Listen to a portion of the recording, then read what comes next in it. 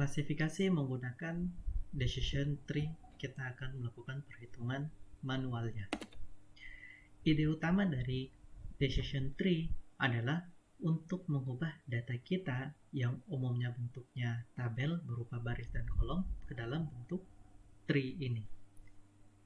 Nah, kalau data kita sudah kita ubah ke dalam bentuk tree, maka akan mudah melakukan klasifikasi. Contoh, jika seseorang umurnya 15 dan dia tidak makan banyak pizza, apakah dia berbadan yang sehat? Kita bisa mulai perhitungannya menggunakan tree yang sudah kita buat dengan melakukan pencocokan data mulai dari node yang pertama. Apakah umur orang tersebut kurang dari 30? Ya, karena 15 kurang dari 30. Berarti kita masuk ke leaf yang sebelah kanan. Pertanyaan selanjutnya, apakah dia makan banyak pizza? Jawabannya tidak. Berarti kita masuk ke leaf yang sebelah kiri. Leaf yang sebelah kiri menunjukkan kelas fit. Berarti orang yang umurnya 15 tahun dan dia tidak makan pizza, badannya itu sehat. Oke. Sekarang pertanyaannya, bagaimana cara merubah data kita yang bentuknya kolom dan tabel itu ke dalam bentuk tree seperti ini? Ada banyak algoritma, dan 3 algoritma yang terkenal adalah berikut ini. Pertama, ID tree yang paling tua sejak tahun 86, kedua chart, dan yang ketiga adalah C45. Oke. Ini permasalahan yang sama dengan kasus naive Bayes sebelumnya. Coba kita selesaikan kasus ini menggunakan decision tree dengan algoritma ID tree. Kita punya 14 baris data seperti ini yang menentukan seseorang akan membeli komputer atau tidak berdasarkan umur, pendapatan, status pelajar, dan kredit ratingnya. Jika ada orang ke-15 yang umurnya muda, pendapatannya menengah, kemudian dia seorang pelajar, dan kredit ratingnya fair, apakah dia akan membeli komputer? Nah, untuk melakukan perhitungan ini dengan decision tree, langkah awalnya adalah kita harus menentukan atribut. Ada 2 atribut yang penting dalam kasus ini. Pertama yaitu atribut kategori berupa kelas yang ditujukan. Targetnya kita adalah menentukan seseorang membeli komputer, ya atau tidak membeli komputer, tidak. Kemudian atribut yang kedua adalah atribut non-kategori. Sederhananya, atribut non-kategori ini adalah kolom-kolom yang sisanya, mulai dari umur sampai kredit rating. Dan mereka punya nilai-nilai kemungkinan. Contoh, umur kemungkinannya bisa saja muda, parubaya, atau tua. Dan status pelajar kemungkinannya ya atau tidak. Oke, dia seorang pelajar atau dia bukan seorang pelajar. Ini langkah yang pertama. Langkah yang kedua adalah kita mencari rata-rata entropi. Rata-rata entropi bisa didapatkan dengan rumus berikut ini, yaitu peluang branch tersebut berada di suatu kelas dikalikan dengan jumlah dari minus peluang branch tersebut bersyarat kelas tersebut dikalikan dengan log 2 dari peluang branch tersebut berada di kelas tersebut. Kalau teman-teman masih bingung, langsung saja kita ke contohnya. Supaya memudahkan, kita pakai keterangan. Jadi kita punya 2 kelas tujuan tadi. Kelas ya, membeli komputer, kita lambangkan dengan plus. Kelas tidak membeli komputer, kita lambangkan dengan minus. Average entropy ini kita lakukan untuk semua variabel non-kategori. Pertama, kita lakukan untuk umur dulu. Urutannya terserah teman-teman mau mulai dari yang mana, yang penting semuanya harus kita cari average entropinya. Umur punya 3 kemungkinan nilai atau punya 3 branch. Branch yang pertama yaitu muda. Dari 14 data tadi, ada 5 data yang umurnya muda. Di antara 5 data itu, 2 data plus membeli komputer, 3 data tidak membeli komputer. Untuk branch yang kedua, dari umur yang parubaya ada 4 data dan semuanya membeli komputer. Dari umur branch yang ketiga, umur tua, terdapat 5 data, 3 membeli komputer, dan 2 tidak membeli komputer. Maka average entropinya bisa dihitung dengan cara berikut ini.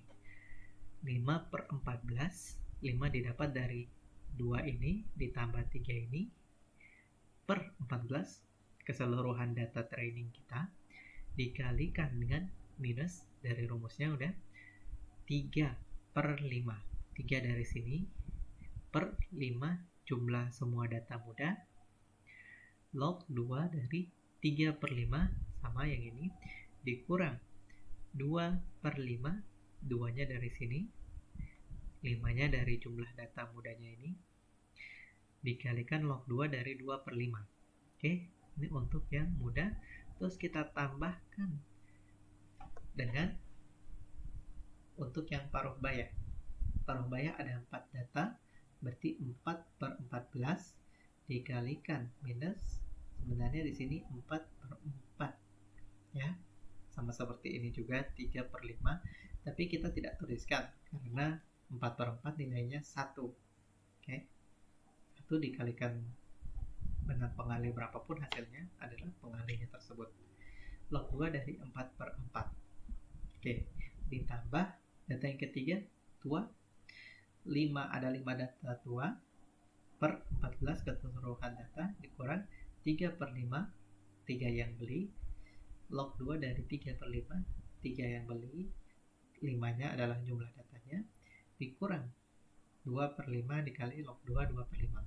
Hasilnya 0,69. Ini untuk umur. Kita lakukan perhitungan yang sama untuk atribut non-kategori pelajar. Kita dapatkan nilai 0,785. Kita lakukan juga untuk atribut pendapatan. Kita dapatkan nilai average entropy pendapatan 0,82 dan untuk credit rating 0,8922. Nah, setelah itu hasil dari average entropy tadi kita bisa teman-teman lihat di tabel berikut ini, dan kita harus mengambil atribut dengan nilai atau average entropy terkecil sebagai root. Atribut yang nilai average entropinya paling kecil adalah umur, nilainya 0,69. Maka umur ini kita jadikan sebagai root. Jadikan sebagai root itu bagaimana?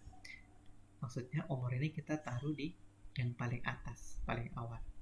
Umur punya 3 kemungkinan, muda, seseorang umurnya muda, paruh baya, atau tua. Umur yang muda itu adalah ada 5 data umur yang muda, data nomor 1, 2, 8, 9, 11. Paruh baya ada 4 data, tua ada 5 data. Nah, pembentukan leaf node berikutnya kita lakukan dengan ambil nilai atribut yang memiliki nilai plus dan minus. Dari slide sebelumnya itu, nilai yang menunjukkan ada plus dan minus adalah umur sama dengan muda dan umur sama dengan tua. Sedangkan umur sama dengan paruh baya hanya punya nilai data plus, sehingga kita tidak lanjutkan pembentukan nodenya. Nah, teman-teman bisa lihat kalau kita back di sini, seseorang yang umurnya paruh baya semuanya mereka membeli komputer. Berarti kita tidak perlu melanjutkan ke bawah lagi untuk membentuk cabang dari umur paruh baya ini. Karena kalau orang umurnya paruh baya, sudah bisa kita pastikan bahwa berdasarkan datanya kita, dia pasti membeli komputer. Karena berdasarkan datanya kita, semua menunjukkan seperti itu. Oke, tinggal muda dan tua yang perlu kita telusuri ke bawah lagi cabang-cabangnya. Oke.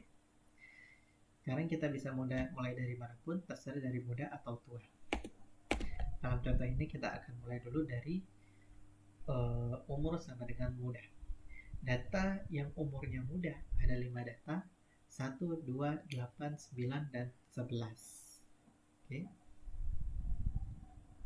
Kita lakukan hal yang sama seperti yang kita lakukan di langkah ke-1 sampai ke-3 tadi. Tapi hanya saja kita pakai data untuk yang umur sama dengan muda saja. Kalau langkah 1 sampai ke-3 tadi kan kita pakai data yang 14 baris tadi. Semua data kita pakai.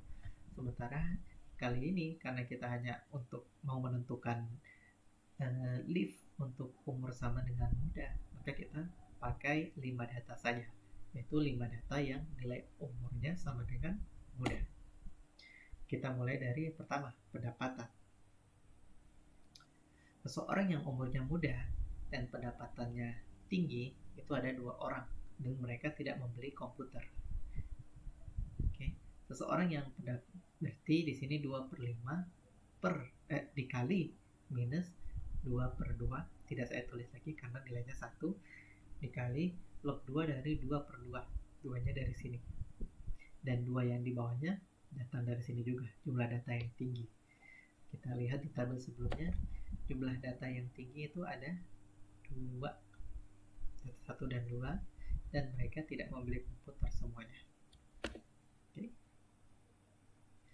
Untuk menengah juga sama, ini. Dan untuk yang rendah juga sama. Ada 1 data saja yang rendah dan dia membeli komputer. Rendah ini maksudnya umurnya muda dan pendapatannya rendah. Orang yang pendapatannya rendah yaitu nomor 9 dan dia membeli komputer. Oke, kita dapat average entropi kedua untuk pendapatan 0,4. Kita lakukan hal yang sama untuk pelajar. Kita dapatkan average entropi 0. Oke. Kemudian untuk credit rating kita dapatkan average entropi 0,317. Kalau kita summarize, simpulkan lagi, berdasarkan perhitungan tadi, average entropinya ditunjukkan pada tabel berikut ini. Kita ambil nilai dengan average entropi paling rendah sebagai root. Yang paling rendah adalah pelajar dengan nilai atribut average entropi 0. Berarti pelajar kita jadikan sebagai root, selanjutnya di bawahnya umur muda. Ingat, di bawahnya umur muda, karena sekarang kita menghitung umur muda. Maka jadinya seperti ini tree-nya. Umur muda, parubaya, tua. Oke, ini seperti yang di awal tadi. Kemudian di bawahnya muda ada pelajar. Pelajar kemungkinannya ada 2 ya atau tidak. Yang ya ada nomor 9 dan nomor 11, yang tidak ada nomor 1, 2, dan 8. Sekarang kita lihat nomor 9 dan 11, ini semuanya sudah positif, berarti tidak perlu kita lanjutkan lagi. Yang tidak, semuanya sudah negatif, nilainya sama semua, tidak perlu kita lanjutkan lagi. Oke.